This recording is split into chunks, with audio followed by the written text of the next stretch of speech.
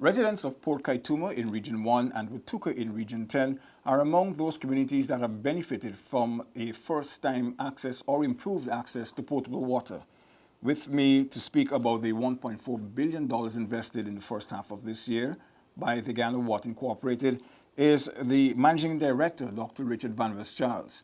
I'm Paul McAdam, and this is One on One. Welcome to the program, sir. Thank you very much, Paul. Today, an increasing number of Guyanese have been able to access potable water, especially in hinterland communities, for the first time. How is this intervention going so far, and why this push to ensure that, especially in the hinterland, people have potable water?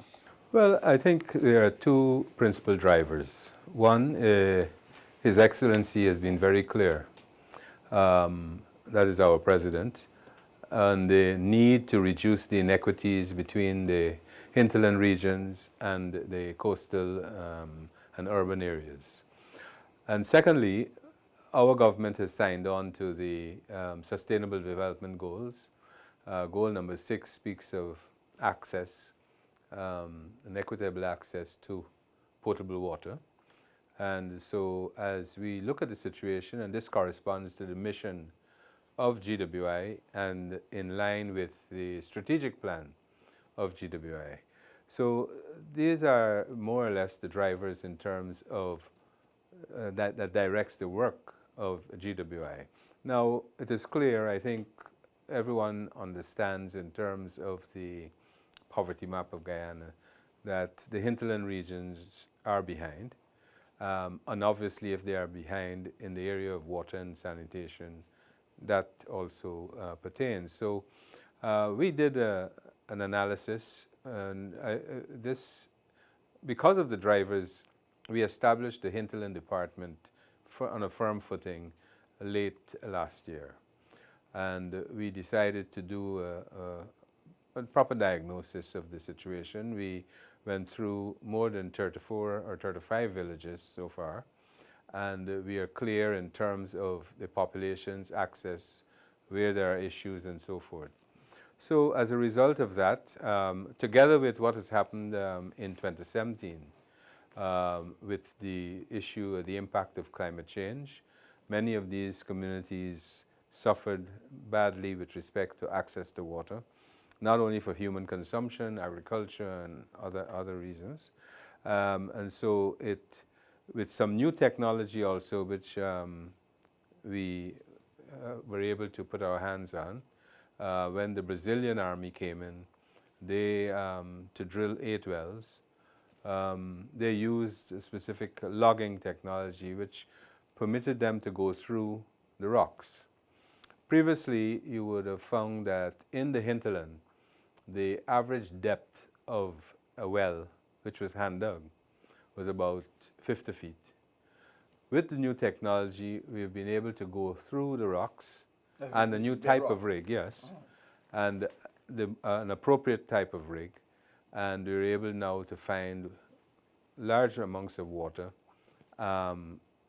with less challenges than we have on the coast, because we found with the water quality testing that has been done, very minimal iron you may find in this water and other metals, and it's pure, and so it is less challenging to treat, and so we can just proceed to pump it into the distribution system.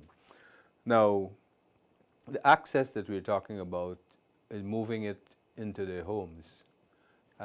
Because of the layout of the villages, in some areas it's challenging because you've got to travel long distances, the houses are separated and so forth. But in the main, the communities live in clusters. So it hasn't been such a major problem. And so we've had to also use special modeling because of the terrain. It's undulating in some areas, not necessarily flat, to ensure that the gradients are right and the pressure that we want to get to where we want to get it. Can overcome that terrain. Right, that's right. So it's a combination of things. And now, because of what has happened, the government of Guyana has approved in the supplemental budget the purchase of 2 rigs, one specifically for the hinterland and one for the coast. So GWI is going to be equipped by year end with 2 rigs, which will permit us to do more drilling, and also because of a climate change project with UNDP, GWI, and the government of Japan, we are acquiring, and the government of Guyana, we are acquiring logging equipment, which would permit us to do exactly what the Brazilian Army did. So that was a learning lesson for us too. Right. Okay. Now, in terms of water quality and ensuring that it's not compromised, do you take, well, I guess you do, but how important is mining, for example, that be occurred close to some of these communities or upstream because the water comes down, if they're using water from rivers?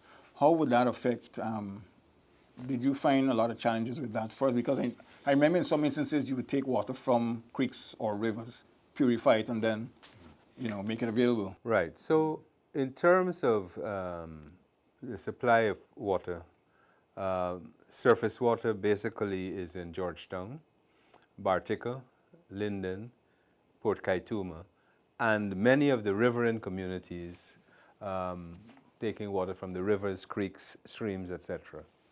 So we, in 2016, we established the Water Quality Department.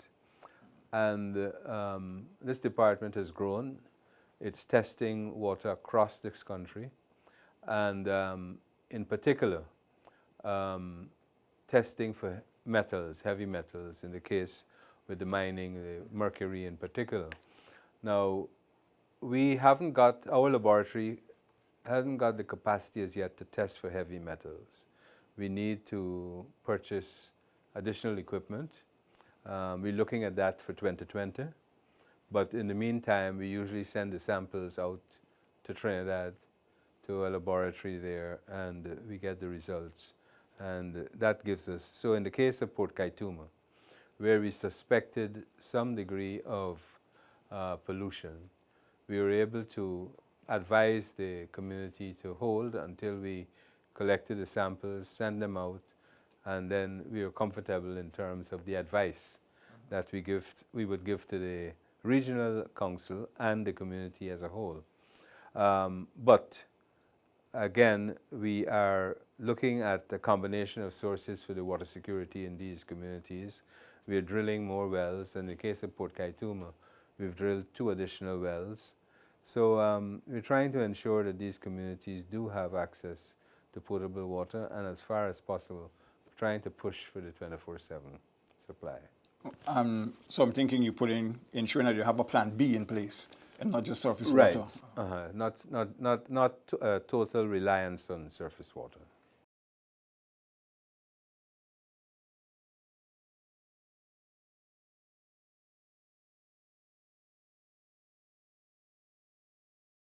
More than $500 million, right?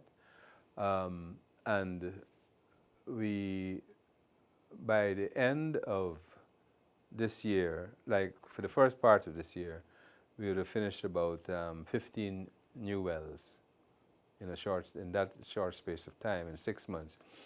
When we look back at the time frame for drilling wells prior to 2015 in Guyana, a well took approximately about 6 to 8 months on the coast. This is drilling and ensuring the pipes are... Right. So now with the new technology, you may recall that we had the Dutch here, and now we have some Brazilian drillers, and the time frame is much less. So and it's the exposure to new technology and new types of equipment that is making this much easier as we go forward. So I'm saying this is a win-win situation for both parties. Right. They get the experience too. Right, and so we are establishing a well drilling department because government of Guyana has approved the funds for the purchase of the rigs. In preparation for this, we've been sending teams to special seminars in Oklahoma, and we are now preparing to send about between 4 and 6 people for training in well drilling in particular. Now, we touched on the hinterland. In terms of the coast, I know quite a few communities have gotten water for the first time. Some are next to communities that had water for a long time. Yes. What, could you list some of these communities to me, and what's been the reaction to residents when they finally turn on those taps? Well, everybody, water, as we say, water is life. So in many instances, people never had water. If just in Sophia, for example, when I first took over and went into Sophia, people were into holes in the ground trying to get water. So this is just on the outskirts, or it's considered Georgetown. Greater So Georgetown, right. call it, So and so we also had recently in places like Durban Backlands, where you've got over nearly 3,000 people without access to water and sanitation. And so if you can continue to go up the coast in terms of Angois Avenue in New Amsterdam, certain parts of Tukbar, a Budan scheme in Region 6 also, in Dazelhausen scheme and so forth. Now, one of the issues that we do have is that a lot of the wells on the coast are in what we call the A-sand wells. So the A-sand wells presents a challenge to us with the high iron content of the water. And in some cases it's high iron plus hydrogen sulfide. So we've got to do treatment. You're treating, sometimes when we say we have treated water, it's not that it is contaminated microbiologically. But the heavy metals. Heavy metals, chemicals, right. yes. The iron and the hydrogen sulfide. The hydrogen sulfide gives the smell. And in some cases, you get a smell from iron where the content is high. So like a rusty smell. Right. So we've now introduced intensive flushing linked with the water quality testing. So you would witness across the country now, there's intensive flushing of the lines, because what has happened in the past, because there was an intermittent system, 4 hours here, 8 hours here, 10 hours, 14 hours, and the recommendation of WHO is really that we should be having 24 hours because it keeps the line clean and etc. So we've had over the years a heavy accumulation, incrustation because of the iron.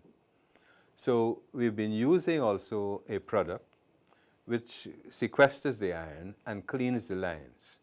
So the flushing in itself, constant flushing, helps to really remove the rust that exists in many of these lines.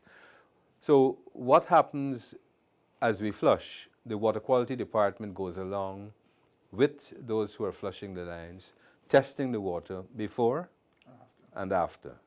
And so those results are and very important, because we respond to the PUC on a monthly basis. Our water quality testing results are shared with the Public Utilities Commission.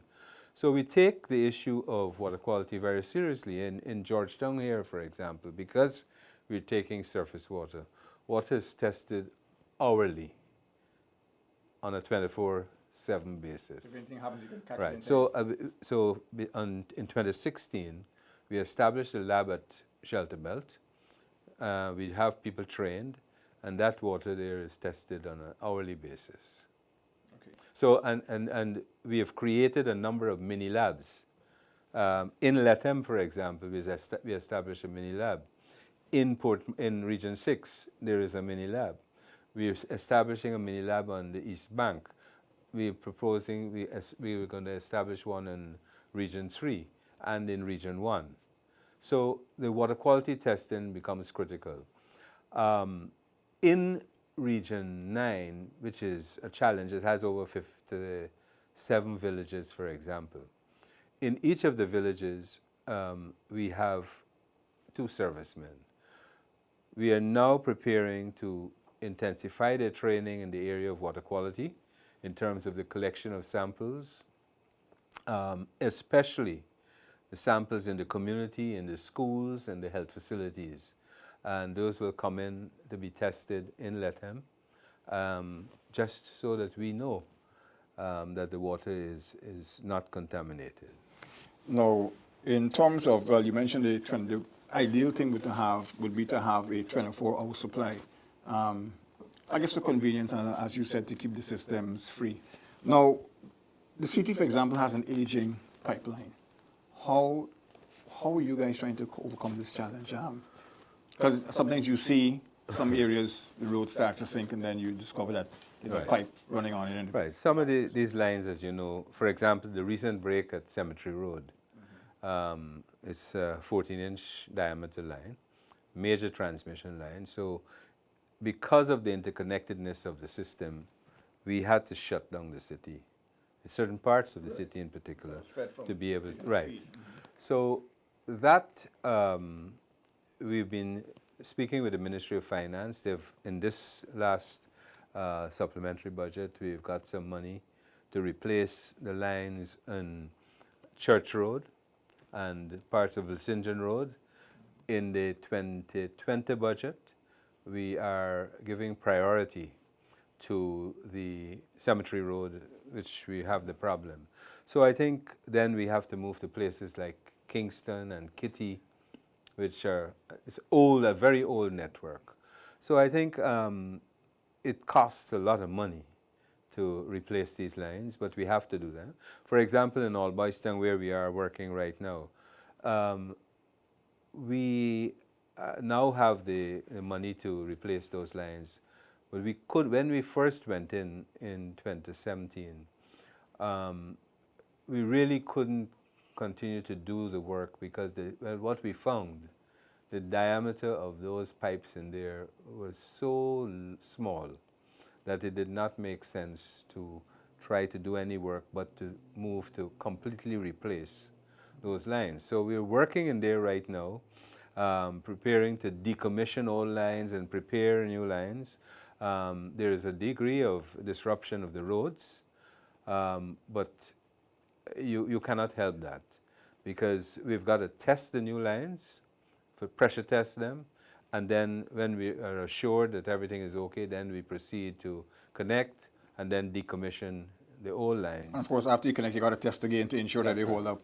So I know some of the residents have expressed a little concern about the roads, but the roads will be addressed.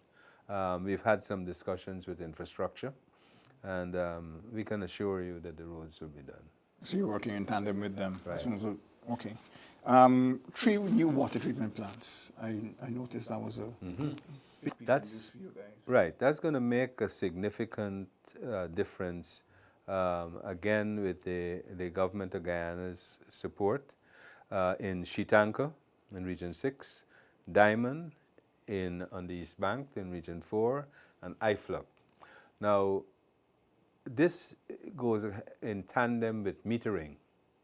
So there's the treatment plants, metering in both regions, in all of the regions, Region 6, 4, and 3. Now, what were the results so far from this project? We know the water is going to be treated, but as a result of the metering has permitted us in Region 6, for example, to take about 2 stations off in terms of the production. So the water production, now that the consumption has reduced because there's less wastage because of the metering. Right. And it's more efficient now. Right, it's more efficient. The network becomes tighter. People are conserving how they're using the water efficiently. We have put, in terms of where you've got tanks and so forth, to prevent the overflows. And so we've been able to reduce the operational cost by taking 2 stations, which are now redundant in the case of where a station may go down. We can then activate one of these 2 stations which are off. So we are seeing this also in Iflop and in Diamond. the network is becoming tighter. It improves pressure to the, for example, in Sri Lanka again, the residents are even asking us to reduce the pressure because the pressure was so high. The network is now much tighter. So for us in GWI, metering is critical for improvement of the service and the level of service that people will get throughout the system. Now, I understand you did some testing of smart meters as the way to advance the system in terms of technology. How has the test been so far, and what can we look forward to in terms of metering? Right. So the good thing about smart meters is that wind doesn't spin the meter, it's only the water. And so in fairness to the customers, we feel that that is the way we need to go. We did a test on just around LBI on the East Coast with about 110 smart meters. And first of all, we had the satellites, we got the frequency from NFU, and we had the satellites on our stores at LBI. And we were able to, first of all, identify where there's a lot of wastage. We found, for example, one school on the East Coast in which it was using a lot of water. But really, in some cases when we checked, it was somebody close by using the water. Or feeding off in the school. Right. So those are things that will help us to manage, and I think we were able to read the meters in minutes, and we can either read it through the satellite or, as they do in certain parts of North America, just walking through the street. So they haven't got to enter the residences of the people. Like a scanner. Right. So they've got a device, and that device reads the meters as you walk through, either walk or drive through the street.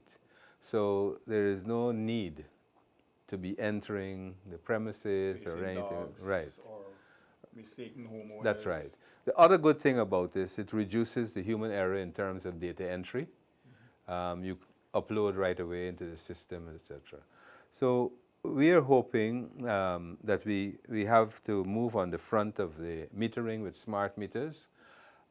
We've been in discussion with some companies, and we are going to, again, move forward these discussions in terms of trying to meet the demand in certain areas. There are certain high-risk areas that our staff have faced. This would be areas where theft is more prevalent than others. And in areas where people are, let's say, reluctant to pay for what they use. That's putting it kindly. But we are exploring different types of meters, which would help us to do remote disconnections or give you a trickle, when you do not pay. And they're not meters that you can tamper with very easily. We've had in certain parts significant tampering with the meters, people using wires and so forth into some of the meters that we have. So with the smart meters, and we've seen the use of the smart meters in a project in Barbados, which has yielded significant rewards for the Barbados Water Authority. And so we are going aggressively in that direction. When compared, we are at a 52% metering right now. So we have to move very quickly. We do not, at this stage, we are not metering the hinterland community because that's a different approach in terms of how that community is serviced.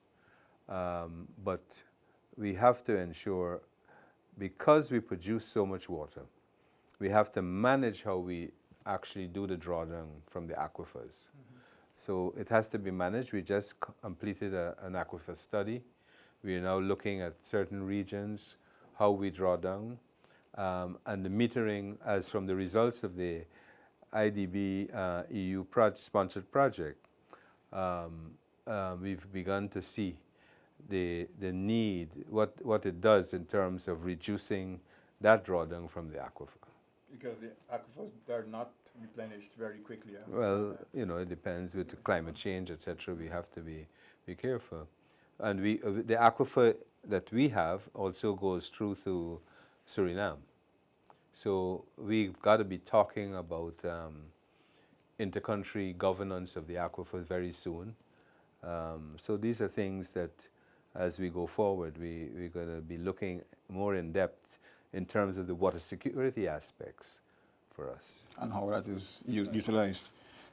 Now, in terms of finances for the company, could you give me an idea of what happened before 2015, before you came on, and what has been happening since in terms of getting finances, not only from government and, I guess, grants from agencies, but people paying the rates? Right. So the government of Guyana supports GWI in terms of some of its infrastructural development for the coast, for urban, and the hinterland.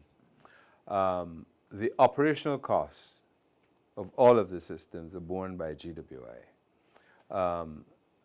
GPL, you cannot get water without energy. So we are in some way indebted to GPL. We have to look at finding a resolution to how we net off between, they need water, we need power. The power is a public good, water is a public good, so there's so many things linked to it. And I think we have to find a different formula in terms of how the power is generated for the use of a utility such as GWI and the attendant cost in terms of that power. It cannot be seen, because it's a public good, it cannot be seen, and because we are regulated by PUC, it cannot be seen singularly as a commercial entity in terms of rates, etc. So we have got to look at that. We've had some issues in terms of the quality of the power coming from GPL because, and I think it's very critical that we find, we're having some meetings to sort of trash it out. We still have not completed that process. The Ministry of Finance has to be involved with us. But I think the realization is so much is at stake in terms of the dependence of the community, the society, on water. And in the case of we're looking at alternative energy and how we use the water, because we have to purchase a series of other devices that can regulate our use of power in a more efficient manner. So I think we are really cognizant of the need to be more efficient in the use of energy. But as the demand increases, because I think if we look at what has happened with the ministerial outreaches, one of the areas in which there has been a significant demand is housing. And with housing, you must have water. And without, right. So that in itself, and we are now looking at our supply systems, the production systems, to see whether or not we will have enough water to supply these new housing schemes. And this is still not considering what will happen as a result of when the oil comes up and more people will be coming. So those are realities that we have to respond to. We are looking at it, we're planning, and we're trying to understand how the development will take place to be able to be comfortable in terms of our supply. Now, you mentioned alternative energy. I'm thinking sustainable energy, probably solar power, and wind power. Wind. Right. Is this utilized more in the hinterland, or you see some cases where it's applicable in the coast? Could it be applied also? It's more in the hinterland. There are some communities on the coast that use, for example, we are now upgrading the solar systems in Oriala, for example. We do know that we have to get into St. Cuthbert's Mission.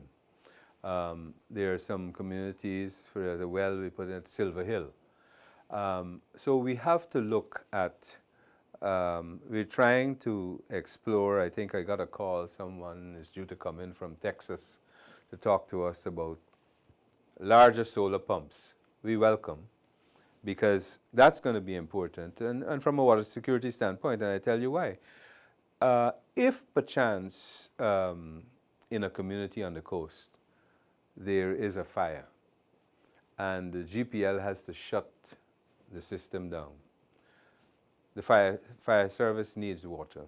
If our system, which is powered by GPL in that community, is off, then we have a major issue.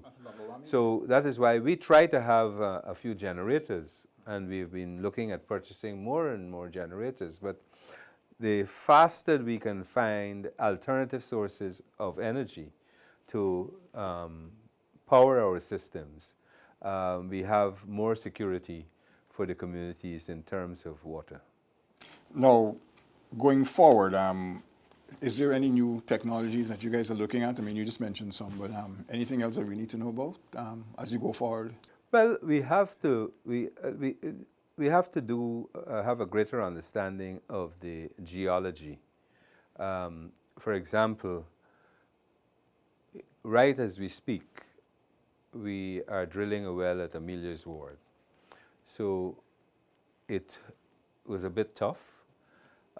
We had to go through a lot of granite, but we eventually got through, and then we got through some rocks. We found the fissures, we found water.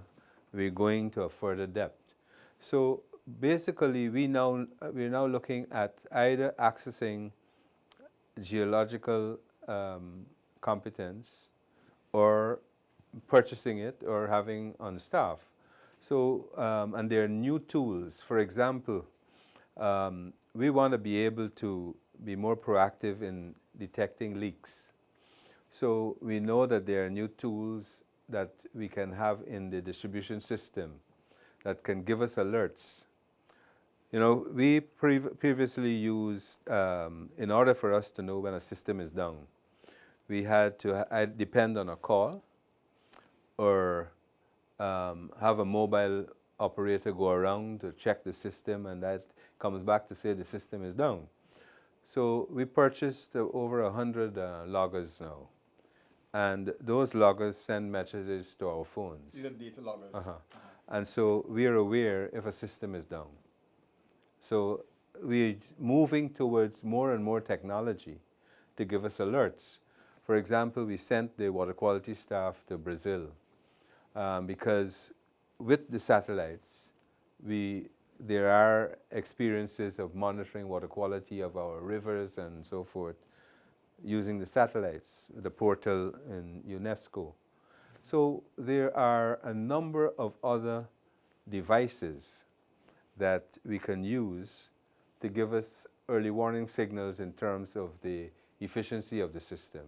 So we're looking to that more and more. The IT department is no longer oriented to billing and so forth. It's looking at billing, it's looking at the operations, and we're integrating the technology.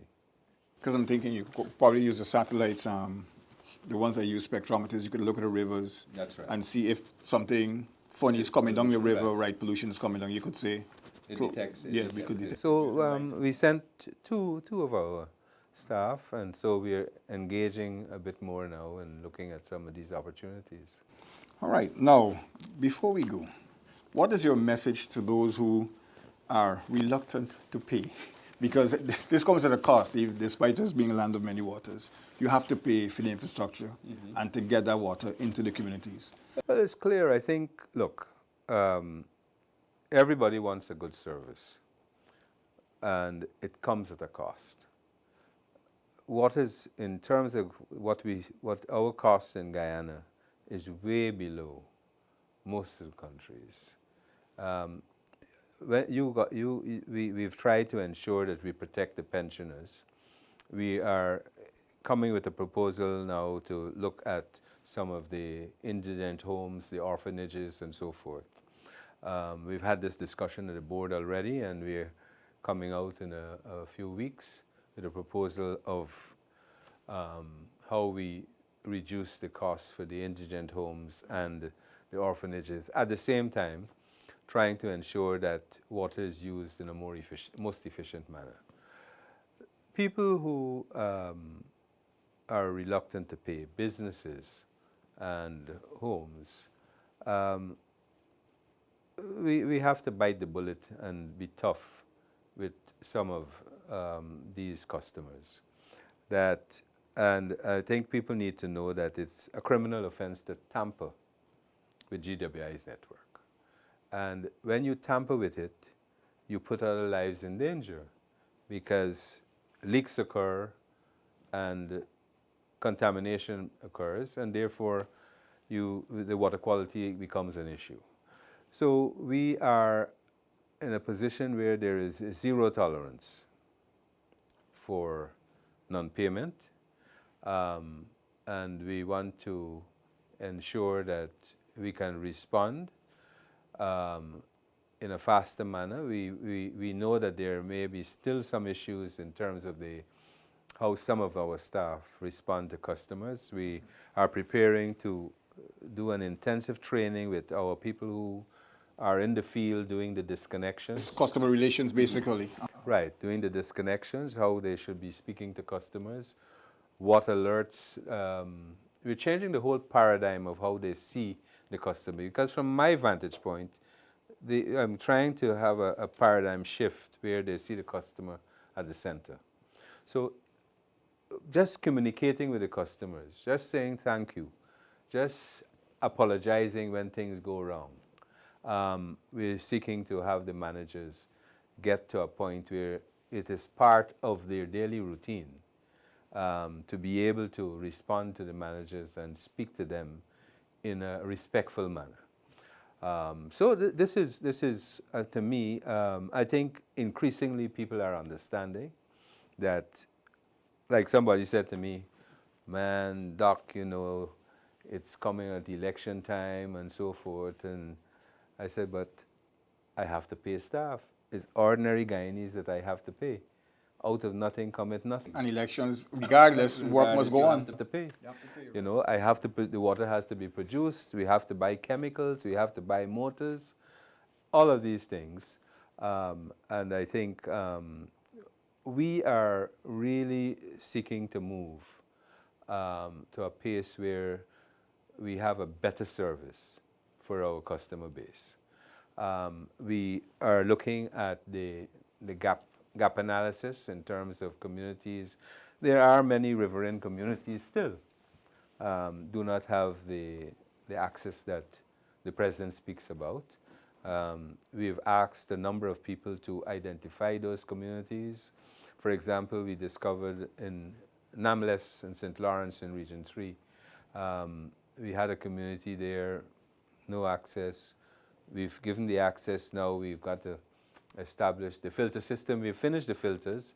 We're now looking to find the resources to build the foundation and we hope within another month or two that community will have water, because again, it's the water, the well is in a sand well and the iron content is high.